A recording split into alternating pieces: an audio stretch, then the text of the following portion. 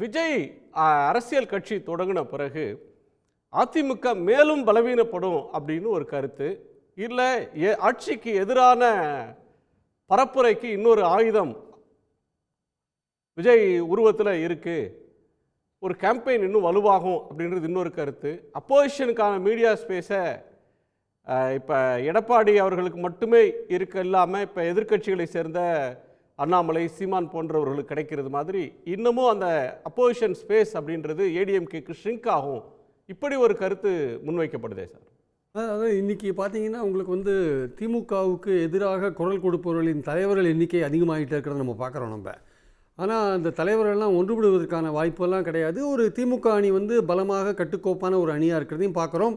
இந்த எதிரணியில் இருக்கிற தலைவர்களுடைய ஒரே நம்பிக்கை என்னவாக இருக்குன்னா, திமுக கூட்டணி உடையாதா அப்படின்ற அந்த நம்பிக்கையில் தான் இருக்கே தவிர, இவர்கள் கூட்டணி பலமடைகிறதுக்கான ஏதாவது ஏற்பாடுகள் இவர்கள் செய்கிறார்களா என்றால் அது மாதிரியான எதுவும் இங்கே இருக்கிற மாதிரி தெரியல.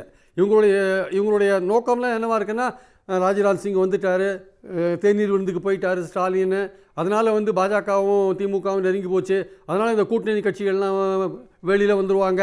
இந்த ஆங்கிளில் கூட்டணி, இந்த திமுக கூட்டணி பலமாக ஒற்றை லைனில் பாஜகவை சித்தாந்த ரீதியில் எதிர்க்கிறதுல தெளிவாக இருக்கிறதுனால அவங்க வந்து ஒன்றுபட்டு இருக்காங்க. ஆனால் அந்த கூட்டணி ஏதாவது ஒரு பிளவுபடுவோம் அப்படின்ற எண்ணத்தில் இருந்தால், அப்படியே வந்து அந்த எண்ணத்தில் இவங்க இருக்கிறது தான் இவங்க வந்து அணியை பலப்படுத்துகிற ஒரு விஷயம் இல்லை, அதிமுகவை பலப்படுத்துகிற ஒரு விஷயம் இல்லை. திமுகவுக்கு மாற்று அதிமுக என்கிற விஷயம் கடந்த கால விஷயமாக போய்விட்டது என்பது என்னுடைய கருத்து. இன்றைக்கி திமுகவுக்கு மாற்றாக அதிமுக இல்லை என்பது என் கருத்து. அது வலிமையாக போயிருக்கிறது என்பது கருத்து. திமுக அணி அதனுடைய அச்சு வந்து திரு ஸ்டாலின் அவர் வந்து அந்த கட்சியினுடைய அந்த மொத்த கூட்டணியினுடைய எபி சென்டர், எதிர் முகாமுக்கான எபி சென்டர். அதை எல்லாரையும் மையமாக அவரை சுற்றி மொத்த அரசியலும் நிகழும் அப்படின்னு சொல்கிற இடத்துல இன்னைக்கு எடப்பாடி இருக்காரா, அண்ணாமலை இருக்கிறாரா, விஜய் இருக்க போகிறாரா, சீமான் இருக்கிறாரா? இல்லை, இவங்க யாருமே இல்லை சார். ஸ்டாலினோட இந்த தலைமைக்கு ஈக்குவலாக இங்கே இருக்கிற தலைவர்கள் யாருமே இல்லை. ஏன்னா ஏன் அப்படி சொல்கிறேன்னா, இது சொல்கிறதுனால நான் ஏதோ திமுகவுக்கு ஜாலரா தட்டுற மாதிரிலாம் பல பேர் பேசுவாங்க. அதை பற்றி எனக்கு கவலை இல்லை. நம்ம ஃபேக்டாக தான் பேசுகிறோம். அதாவது வந்து கடந்த 3 தேர்தல்களாக கூட்டணியை வந்து கட்டுக்கோப்பாக எடுத்துக்கொண்டு போய் வெற்றியை காண்பித்தவர் வந்து ஸ்டாலின். கட்சியிலையும் சரி ஆட்சியிலையும் சரி தொடர்ந்து வந்து தன்னை வந்து ஒரு உயர்ந்த தலைவராக தக்க வைத்து கொண்டிருக்கிறார். அவரை தோக்கடிக்கிற அளவுக்கு முதலமைச்சர் எடப்பாடியை முதலமைச்சர் கேண்டிடேட்டாக ப்ரொஜெக்ட் பண்ணாங்க. அவர் தோத்தார். பார்லிமெண்ட் எலெக்ஷனில் அவங்க தோத்தாங்க.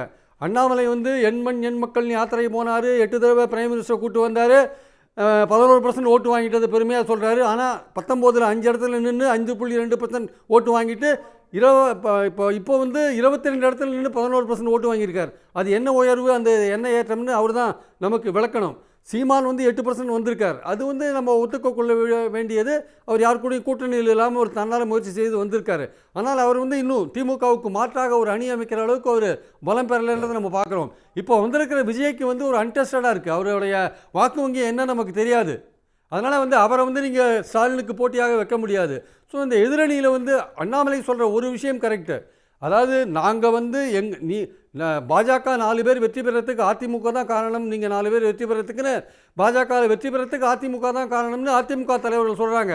திருப்பி அண்ணாமலை சொல்கிற ஒரு விஷயம் அல்லது பாஜகவினர் சொல்கிற ஒரு விஷயம், நீங்கள் எதிர்க்கட்சி தலைவராக வரத்துக்கே நாங்கள் தான் காரணம் சொல்கிற ஒரு விஷயம் வந்து அதில் வந்து ஒரு உண்மை இருக்குது.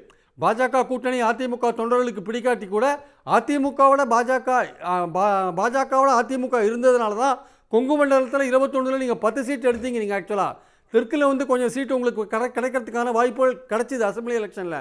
அதே சமயம் பார்த்தீங்கன்னா பார்லிமெண்ட் எலெக்ஷனில் பார்த்தீங்கன்னா நீங்கள் என்ன உங்கள் சாதனை என்ன, ஒரு எதிர்க்கட்சியாக கூட அதிமுக வந்திருக்காதுன்றீங்களா? வந்திருக்காது, கண்டிப்பாக வந்திருக்காது சார். டெஃபினட்டாக சொல்கிறேன், வந்திருக்காது. பாஜகவோட 21 கூட்டணியில் இல்லாட்டி ஏன்னா பாஜகவுக்கு கொங்கு மண்டலத்திலையும் சவுத்துலேயும் ஓரளவுக்கு ஒரு செல்வாக்கு இருக்குது. அந்த செல்வாக்கை பயன்படுத்தி கொண்டு தான் அதிமுக வந்து 10 இடங்களை கொங்கு மண்டலத்தில் வின் பண்ணாங்க, சவுத்தில் கொஞ்சம் இடங்களை வின் பண்ணாங்க.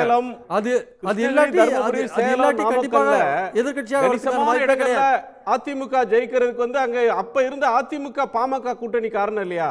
எங்க அதாவது பிஜேபி இல்லையே sir. Dharmapuri district, Krishnagiri district, Salem district, 5 சீட்டுங்க. பார்ட்ஸ் ஆஃப் நாமக்கல், ஈரோடு, மத்திய வடமாநிலங்கள் நீங்க எடுத்து பாருங்க. அவங்க அதிமுக எவ்வளோ இடத்துல வின் பண்ணிருக்காங்கன்னு பாருங்கள். அதிமுக எவ்வளோ இடத்துல 92 இடங்கள், அதிமுக எவ்வளோ இடங்களில் வின் பண்ணிருக்காங்க நீங்கள் பாருங்கள். மத்திய வடமாநிலத்தில் 92 சீட் இருக்குது. அதில் வந்து அவங்க எத்தனை இடங்கள் வின் பண்ணிருக்காங்க? 17-18 இடங்களில் தான் வின் பண்ணியிருக்காங்க. அவங்களுடைய 43 இடங்கள் வந்து கொங்கு மண்டலத்தில் தான் வந்திருக்கு. கொங்கு மண்டலத்துலேருந்து 43 இடங்கள் வந்திருக்கு. ஸோ நம்மளுடைய பாயிண்ட் என்னென்னா, ஏன் வந்து பாஜக அணியோடு சேர்ந்ததுனால தான் அதிமுக எதிர்க்கட்சியாக வந்து ஏன் சொல்கிறோம்னா, அதிமுகவுக்கு உண்மையான செல்வாக்கு இருந்தால் கொங்கு மண்டலத்தில் அண்ணாமலைக்கு முன்னாடியில் ஓட்டு வாங்கியிருக்கணும். ஏன் பின்னாடி போனீங்க நீங்கள்? கொங்கு மண்டலத்தில் ஒரு சீட்டாவது நீங்கள் வின் பண்ணிருக்கணுமே, ஏன் வின் பண்ணல நீங்கள்? அதனால் நீங்கள் அதிமுகவோட சேர்றது பாஜகவோட சேர்றது அதிமுக தொண்டர்களுக்கு பிடிக்காத இருக்கலாம். ஆனால் தேர்தல் கணக்கில் வந்து பார்த்தீங்கன்னா, அரித்மேட்டிக்கில் பார்த்தீங்கன்னா அது கண்டிப்பாக அது வந்து ஒர்க் பண்ணுற ஒரு விஷயமா இருக்கிறத நம்ம பார்க்குறோம்.